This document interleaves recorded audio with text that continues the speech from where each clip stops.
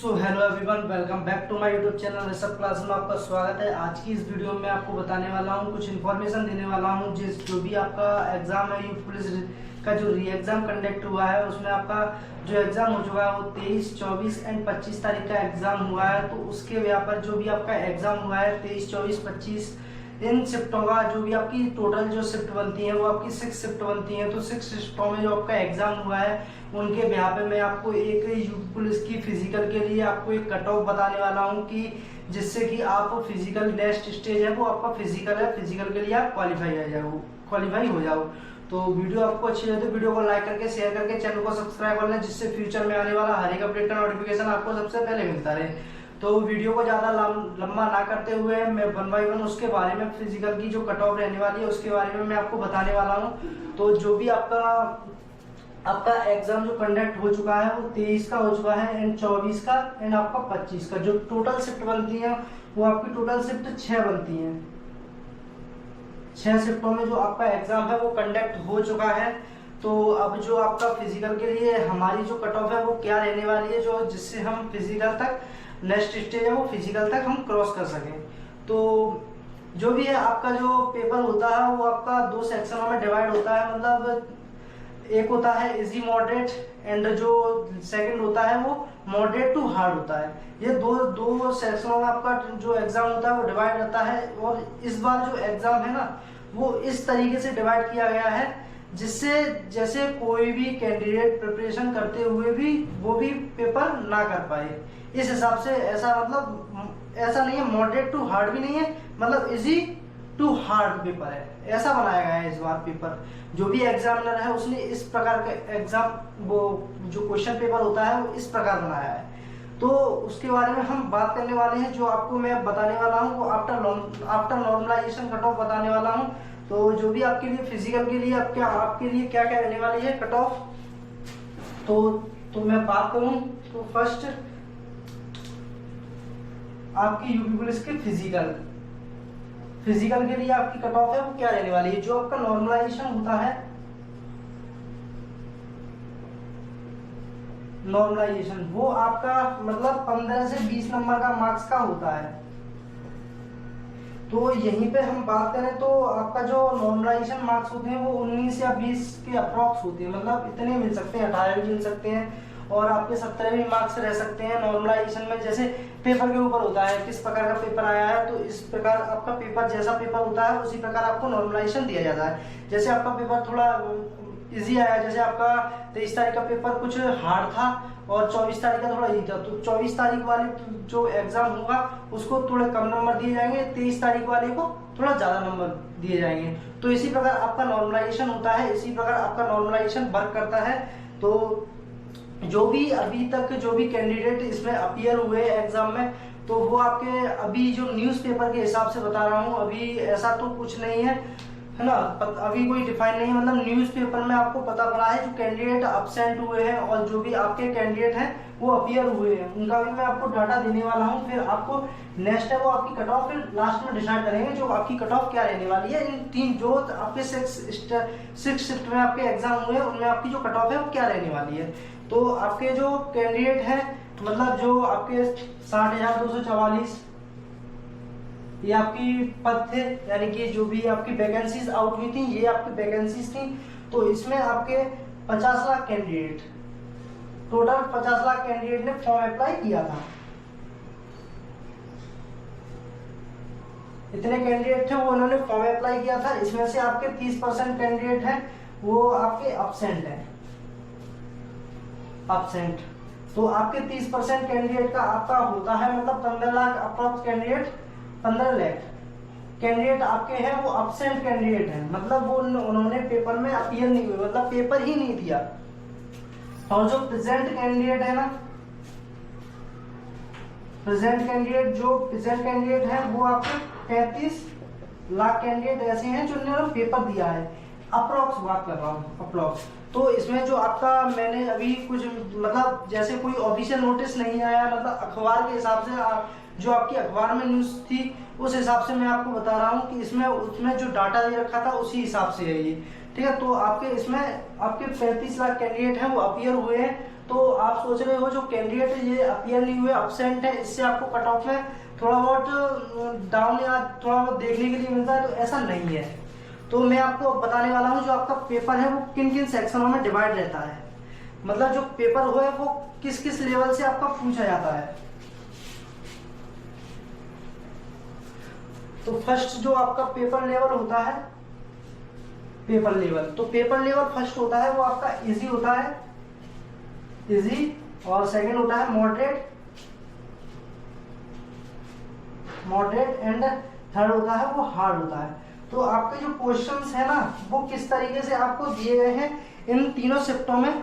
तो जो आपके क्वेश्चंस दिए गए हैं वो आपके क्वेश्चन बहुत ही वैसे दिए गए हैं, जैसे पहले इजी क्वेश्चंस कुछ दिए गए हैं, फिर आपके मॉडरेट दिए गए हैं, फिर आपके हार्ड दिए गए हैं। तो ऐसे सेक्शन पेपर, क्वेश्चन पेपर बनाया गया है जिससे कि कोई भी कैंडिडेट है उसमें किसी ना किसी को फंसना है। ये जो भी क्वेश्चंस होते हैं उनमें फंसना ही फंसना है, चाहे मैथ के हो चाहे रीजनिंग के हो। कुछ क्वेश्चंस ऐसे दिए जाते हैं, मतलब दिए हैं जो भी एग्जामिनर है। मतलब एक बात बताइए, अगर आपका मतलब जो भी है आपका, अगर पेपर आपका यूपीएससी का आपका इजी आता तो इजी होता तो आपकी 250 ही कट ऑफ चली जाती पूरी। इस हिसाब से अगर इजीपेपर बनाया जाता तो आपकी 250 या 240 के अप्रोक्स आपकी कट ऑफ चली जाती कि नहीं चली जाती। इसी प्रकार जो आपका पेपर है वो इस प्रकार डिवाइड किया जाता है जिससे जो कट ऑफ है वो मतलब ज्यादा हाई भी नहीं जाए, मतलब लो भी नहीं जाए, मतलब एक मिनिमम उस क्राइटेरिया में रहनी चाहिए। तो इस हिसाब से आपका पेपर है वो तैयार किया जाता है। तो मैं बताने वाला हूँ जो आपके हार्ड इजी क्वेश्चन है वो कितने परसेंट दिए जाते हैं, और आपके मॉडरेट है वो कितने परसेंट दिए हैं इस बार जो तीनों शिफ्ट का एग्जाम हुआ है, और आपके हार्ड क्वेश्चन है वो कितने परसेंट दिए हैं। तो इसमें मैं आपको बात करूँ तो इजी क्वेश्चन की तो आपको 30% आपको इजी क्वेश्चंस देखने के लिए मिली है यूपी पुलिस 60,244 पदों में। तो है ना, आपको 30% आपको ऐसे क्वेश्चन देखने के लिए जो इजी हैं, जिसने ऐसे ही लगा दिया होगा, मतलब जो भी ऑप्शन राइट कर दिया होगा, है ना, जिसने भी थोड़ा बहुत तैयारी की होगी। अगर मॉडरेट है, मॉडरेट में बात करें तो इसकी आपको 50% ऐसे हैं जो मॉडरेट, 50% क्वेश्चन ऐसे थे जो मॉडरेट थे। और हार्ड क्वेश्चन की बात करें तो आपके 20% हार्ड क्वेश्चन थे।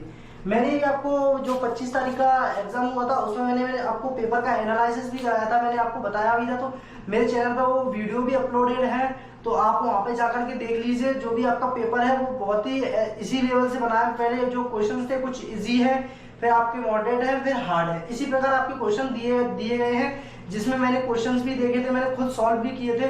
तो उसमें जो क्वेश्चंस थे, जो आपके क्वेश्चंस देखने के लिए मिले थे वो आपके ऐसे क्वेश्चन देखने के लिए मिले थे, वो इसमें आपका सर चकरा जाएगा, ऐसे क्वेश्चंस भी देखने के लिए मिले थे। तो इसमें आपको जो क्वेश्चंस हैं वो आपको तीनों मतलब easy, hard, easy, moderate, hard, तीनों मतलब तीनों टाइप के क्वेश्चंस आपको देखने के लिए मिले हैं यूपीएससी के एग्जाम में। तो अब जो है आपका पेपर लेवल है ना, अगर आपका कोई भी आपका जैसे 300 नंबर का आपका पेपर होता है, तो इसी प्रकार आपका जो परसेंटेज बनता है वो आपका 100% बनता है इस हिसाब से। मतलब 30% दिए, 50% दिए, 80% और 20% दिए, तो आपका 100% बनता है इस हिसाब से।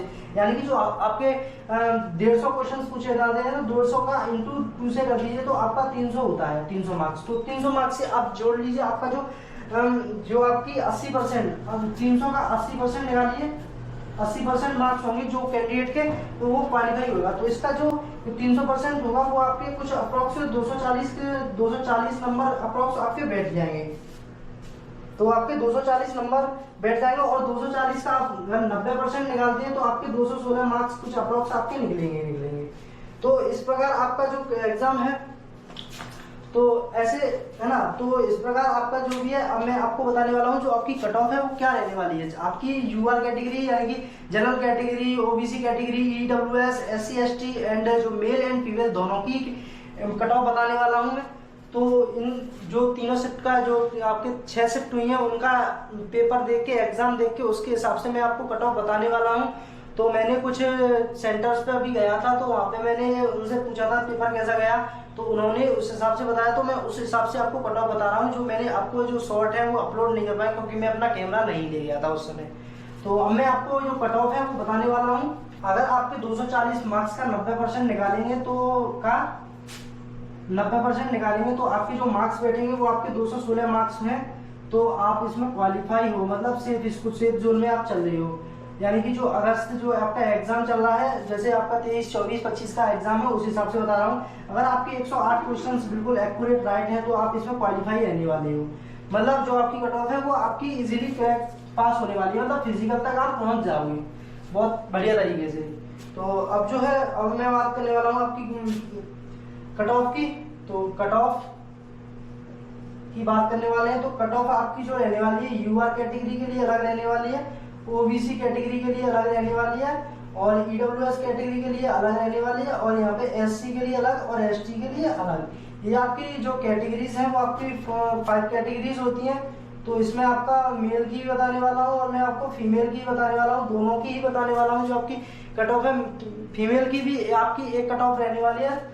तो यहाँ पे हम मेल डालते हैं और यहाँ पे हम फीमेल। अब हम इनकी कट ऑफ की बात करते हैं। जो आपके, अगर आप यूआर कैटेगरी से बिलोंग करते हो, अगर आप यूआर कैटेगरी से बिलोंग करते हो तो आपके जो अप्रोक्स में मानूं तो आपके 216 मार्क्स आ रहे हैं, तो आप इसमें बिल्कुल ही क्वालिफाई रहने वाले हो। अगर आपके 216 मार्क्स बनते हैं आपके जनरल कैटेगरी में, तो आप बिल्कुल क्वालिफाई रहने वाले हो इसमें। और यही हम ओबीसी की बात करें तो ओबीसी में आप अगर 212 भी मार्क्स आते हैं तो आपको इसमें बिल्कुल क्वालिफाई हो। और यहीं पे हम ईडब्ल्यूएस कैटेगरी की बात करें तो ईडब्ल्यूएस कैटेगरी में अगर आपके 210 मार्क्स आते हैं तो इसमें भी आप बिल्कुल क्वालिफाई हो। अगर आप एससी की बात करें तो आपके यहाँ पे 195 मार्क्स आते हैं, तो इसमें बिल्कुल आप सेफ रहने वाले हो। और यही हम एसटी की बात करें तो यहाँ पे आपके 180 मार्क्स आते हैं, तो आप इसमें बिल्कुल क्वालिफाई रहने वाले हो। यानी कि आप फिजिकल के लिए बिल्कुल ही क्वालिफाइड हो।